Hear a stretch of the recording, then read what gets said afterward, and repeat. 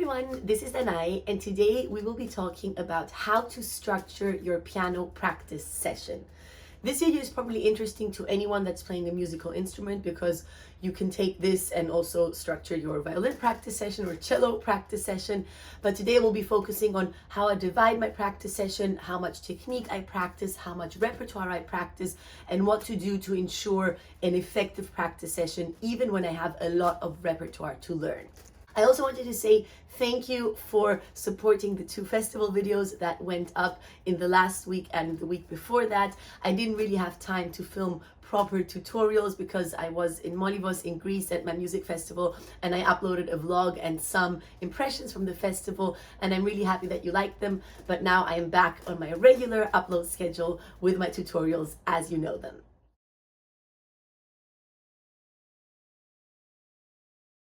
So when talking about how to structure a practice session, the most important thing that I want to mention is that practice should be connected to progress.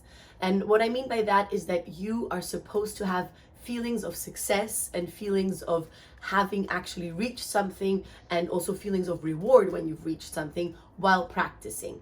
So when you're practicing, you need to set your goals in a way that will ensure that you have these successful feelings. So it means that you have to regulate how many pieces of repertoire you learn at the same time, depending on how much hours of practice you can put away in a day. And then also, as I said, feel free to reward yourself when you've reached one of those goals. A reward can be going for a walk, a reward can be meeting up with your friends, going to a concert, going dancing, whatever it is you love to do. But feel free to celebrate your successes when you practice and have reached a goal. When you reach a point where you feel like there is some stagnation, it is time to adjust one of the things. Either adjust your goals or adjust how much time you invest in practice. Both ways can work. You can invest more time in practice to reach a higher goal, or you can also adjust the goal slightly and maybe learn one piece less if you just don't have more time to invest into practice. But it is very important that the balance is there, that the goals match your practice time that you have at your disposal in order to ensure a positive practice experience. Because our brain reacts to how happy or sad we feel. And if we feel frustrated every day that something is just not working and we are not reaching any goal, then we will also not be as happy while we practice, and in turn will also not be as effective. Whereas when we're happy and really love what we're doing and are feeling proud and are feeling successful in our practice, then we will also actually advance faster.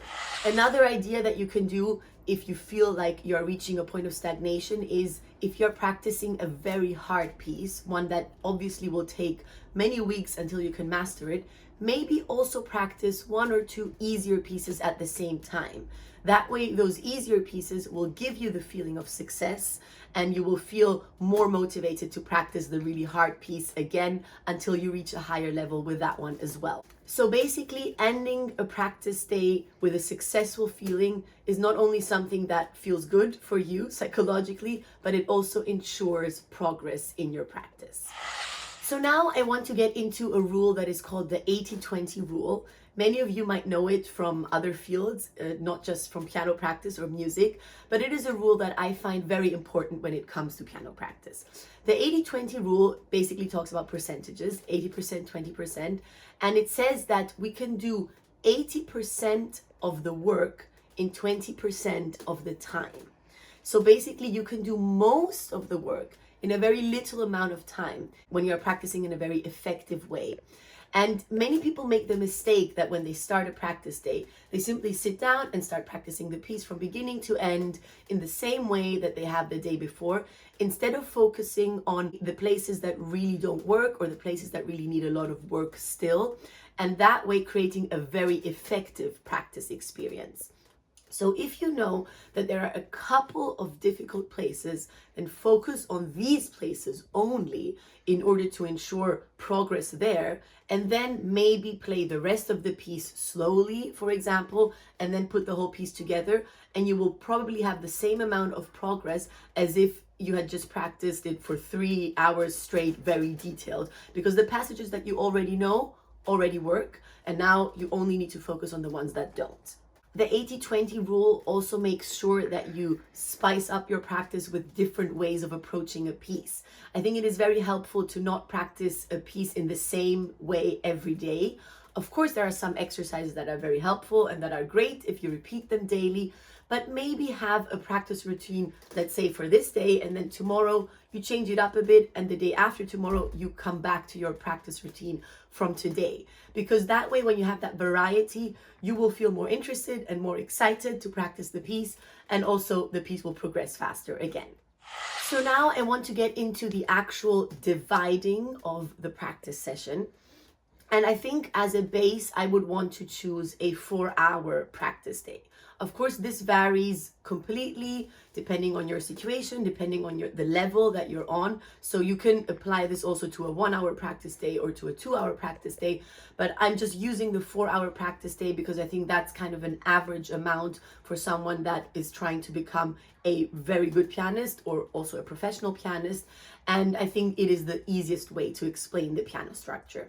So in a 4-hour day, I would spend about 1 hour on technique. Technique meaning everything from warming up and scales and different exercises, arpeggios, chords, chromatic scales, trills, to studies as well. So as I've already mentioned in previous videos, my former teacher was a very big supporter of the Chopin studies. So we would all his students would practice 1 or 2 Chopin studies every day. So this is what goes into that 1 hour. Maybe some Czerny, if you are doing that as well, maybe some Liszt studies, maybe some Hanon, depending on where you are. But basically spending 1 hour on only developing your technique. Then you still have 3 hours left. I would spend about 2.5 hours on repertoire practice. Repertoire, of course, is the most important part of your practice. The repertoire involves old pieces that you repeat, as well as learning new pieces. And of course, learning new pieces should be the biggest part of your repertoire practice. So this is what I would spend about 2.5 hours on. And then the last 30 minutes I would spend on sight reading. Sight reading just through different pieces, be it for fun with some other friends of yours in a chamber music setting or piano duo. Sometimes I did that with my sister also, or just solo pieces where you just look at a piano concerto and, sight read a piano concerto. This is a very important part of your practice, and I personally only discovered that quite late on, because actually the reason was that I discovered it was that I felt that I was a bad sight reader. And I remember having some students in the class and I asked them, how are you such great sight readers? And they said, well, I simply sight read every day. And then I only started incorporating it into my practice. But it is very important because it will also help you be very fast at learning new pieces. So these 30 minutes of sight reading at the end of the day will help you become much better in the 2.5 hours of repertoire practice where you actually learn a new piece in detail. Now, this whole structure is, of course, very, very flexible. And it is just a suggestion from my side. It is what I think is ideal when you are in that studying time of your life, when you are investing a lot of time into your piano practice. I think this is where you will reach results very effectively.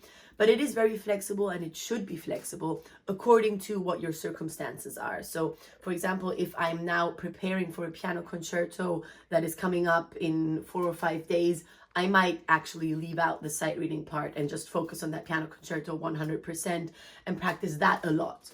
Also, as you progress in your piano playing and as your technique becomes better and better and more secure, it is very likely that this 1 hour of technique practice will become less, and you're going to start incorporating almost all your technical exercises within your repertoire. So I think that the 2.5 hours of repertoire will just expand, and at some point it will be almost your entire practice session. I can tell you that where I am today, I do warm up every day. I don't spend 1 hour warming up, but I do warm up with my exercises. You've seen videos where I've shared my realistic warm-up routine that I do every single day, including scales and arpeggios. So this is something that I've kept with me. For me personally, it's very helpful. I know that some pianists don't do scales anymore, but I find it helpful and it wakes up my fingers and my muscles. So I still warm up, and then I basically spend a lot of time on repertoire. But I do think that it is very helpful, and I also do that from time to time, to go back to studies and just refresh your technical memory of those, because in the end, these Chopin studies are very powerful and they cover all the techniques that we encounter in pieces, or almost all the techniques. And it is definitely very recommended to work on those regularly in order to ensure a very secure feeling when it comes to technical problems. So as I mentioned before already, when it comes to the repertoire chunk of the practice, I would focus more on the new pieces. And just one suggestion from my side, especially if you have a lot of repertoire pieces that you have to practice at the moment, maybe you are preparing for a competition or you're preparing for an exam and you have to have 5 or 6 or 10 pieces at the same time that need to be at a high level.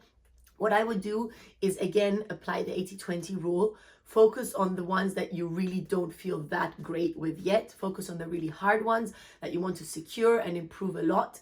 And then practice the rest of the pieces slowly. So that way it's a very fast way to practice them. Just play through them slowly once. But as you know, if you've watched my videos, I've mentioned that 100 times. Slow practice I find so important, so helpful. And even if you just play through a piece slowly on one day, it really helps you internalize it. If it's a piece that you already know, it helps refresh your memory. So this is a trick that I use if I have a lot of repertoire to practice. I practice the hard passages in depth, the pieces that I really find still need improvement, and the rest just slowly. And that way I feel like I've kind of covered the entire repertoire that I needed to practice on that day. Another trick I would say that I find quite helpful is to use a rotation plan. And what I mean by that is, if you have a lot of pieces, don't try to cram them all into one day of practicing, but create a plan where you practice different pieces on one day, and then the other day you practice maybe the second part of your repertoire, and then you rotate. So on the third day, you go back to the pieces you practiced on the first day.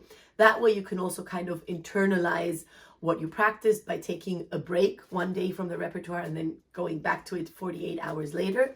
So this rotation is also something that has helped me, maybe even a 3-day rotation, depending on the bulk of repertoire that you have to learn. One thing that I think is an interesting thing to mention is a study that I was a part of while I was studying at the university. It was a study about sight reading, and we were basically filmed and recorded while we were sight reading or learning a new piece on one day, and then the next day we needed to perform that piece or that passage by heart in front of not the jury, but the people conducting the study. And they found out during that study how we react to different practice methods and how can we actually play the piece in the most correct way, meaning the most correct notes, if we learn it in a short amount of time. I don't remember exactly, but I think we had maybe 1 hour or something like that to learn it on the day before, and then the next day we needed to perform it by heart.